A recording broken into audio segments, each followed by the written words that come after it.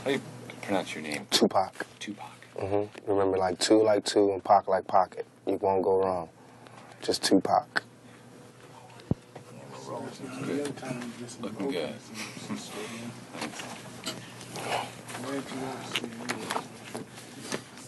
What's your best Christmas memory? Let me see. When I thought we didn't get any gifts for Christmas, I was in Baltimore. I thought we didn't get nothing. It was a knock on the door. My sister's principal from her school came, and they had like this charity, whatever, where they give like the turkey to the poor family on the block. We was the poor family. So we got this turkey. I got some cheap boots. You know, got a little cheap trinkets. But on Christmas, you want as many trinkets as possible. And so I got a whole bunch of little tiny things. It was cool. We got free cheese, free beans, free butter, free everything. All that little government surplus stuff. But on Christmas, you need it. I mean, as opposed to us having an empty refrigerator, empty nothing. So I just remember when it first came, you know, and it's always like a Christmas carol playing around Christmas time on somebody's TV. And I just remember that first feeling, like really feeling like, you know, dang, this is Christmas. You know, this is like the give thing. The give thing. That's when I used to feel the sorriest for my mother.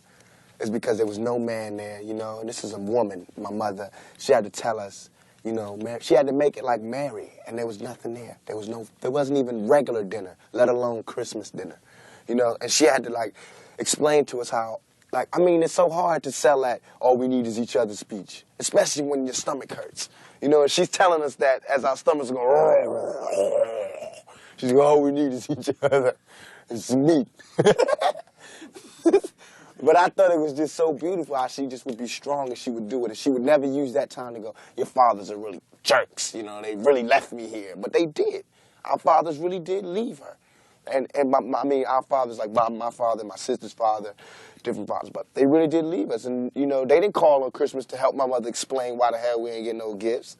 They was just like, you know, with their woman, wherever they was, being big shotty, being Santa Claus to somebody else's kids.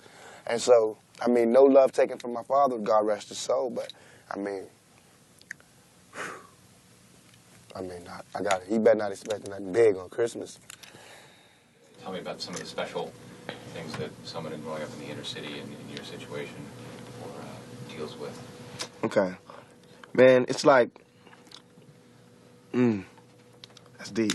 It's like, when you're born, usually you're born into a dynasty or an empire, right? You're born like as a junior or, you know, following in your father's footsteps. You always tell, oh, your father, he did this, or oh, your father, oh, your grandfather, he did this, or we got this, or the family heirlooms. There's none of that in the outer city. I call it the outer city because we left out. There's nothing. We don't get any family heirloom, the family crest, all that stuff that you would think is so important was meaningless. Because I mean, come on. Our family crest was cotton. You know what I'm saying? It's like, man, it's like the only thing we can really leave behind is culture, is music, you know, and dignity and determination. That's what we had.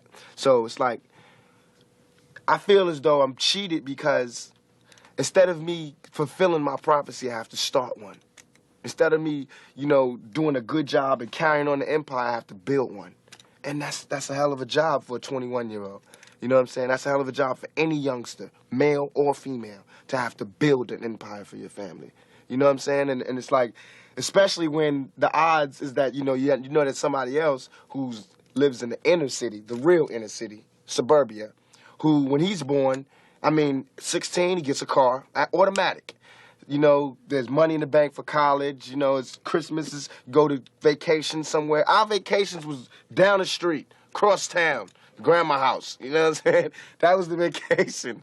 Or, you know, or jail, to be even more real. And I hate to make this, like, sad story, but it's real. Because this world is such a, and when I say this world, I mean it. I don't mean in an ideal sense. I mean in every day, every little thing you do. It's such a, gimme, gimme, gimme.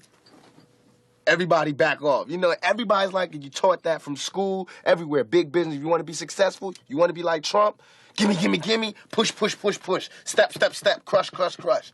That's how it all is. And it's like, nobody ever stopped. Just, you know, I feel like instead of us just being like, slavery's bad, slavery's down, bad whitey, bad whitey. I mean, all right, let's stop that. And everybody's smart enough to know that, I mean, we've been slighted. And we want ours. And I don't mean by like ours, 40 acres and a mule, because we're past that.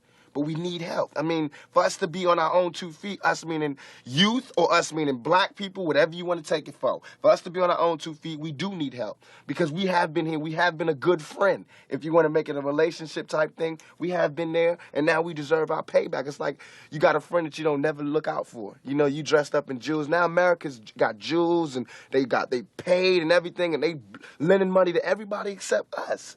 And it's like, you know, everybody need a little help on their way to being, you know, self-reliant. I mean, if this is truly a melting pot in the country where we care about it and Lady Liberty got a hand like this, she really loves us, then we really need to be like that. And it needs to be the black kids. And if there's a white person who got money, then he need to help them. He need to help black kids, Mexican kids, Korean kids, whatever. But it need to be real. And it need to be before we all die and then you say, oh, I made a mistake. We should have gave them some money. We really should have helped these folks. It's going to be too late. You know what I'm saying? And then that's when you got to pay your own karma. And that's when God make you punish, when God punishes you. Because I feel like, you know, it's too much money here. I mean, nobody should be hitting lotto for $36 million and we got people starving in the streets. That is not idealistic. That's just real. That is just stupid. There's no way Michael Jackson should have, or whoever Jackson, should have $1 million, $1 billion, and then there's people starving. There's no way. There's no way that these people should own planes and their people don't have houses, apartments, shacks, drawers, pants. I know you're rich. I know you got $40 billion, but can you just keep it to one house? You only need one house. And if you only got 2 kids, can you just keep it to 2 rooms? I mean, why have 52 rooms and you know there's somebody with no room? It just don't make sense to me. It don't. And then these people celebrate Christmas. They got big trees, huge trees, all the little trimmings. Everybody got gifts, and then somebody's starving. And they're having a white Christmas. They're having a great Christmas, eggnog and the whole nine. That's not fair to me. I think that when there's hopelessness, people revolt. Because it's like there's nothing else. Like, you know, it's like we're going, is America going to help us ever? You know, because, I mean, we know for a long time they haven't. Are they ever? And it's like all these things are showing us no. And you know there's somebody going, no, they're not going to help you. No, they're not going to help you. And then, of course, we seeing, no, they're not helping us. All BS aside, it all comes down to we got to survive. I mean, even warriors put their spears down on Sundays. We got to survive here in this country. Because I'm not going back to Africa. We got to survive here. And for us to survive here, white folks, black folks, Korean folks, Mexican folks, Puerto Ricans, we got to understand each other. We got to take a bigger chance. And when I say Americans, people think I'm talking about Uncle Sam. I mean, like, actually Uncle Sam with the gray hair and the flag. I mean, you. The guy, you know, you, the mechanic, wherever, you. I mean, you need to do something. You need to check yourself and see how racist you are. You know what I'm saying? It's real.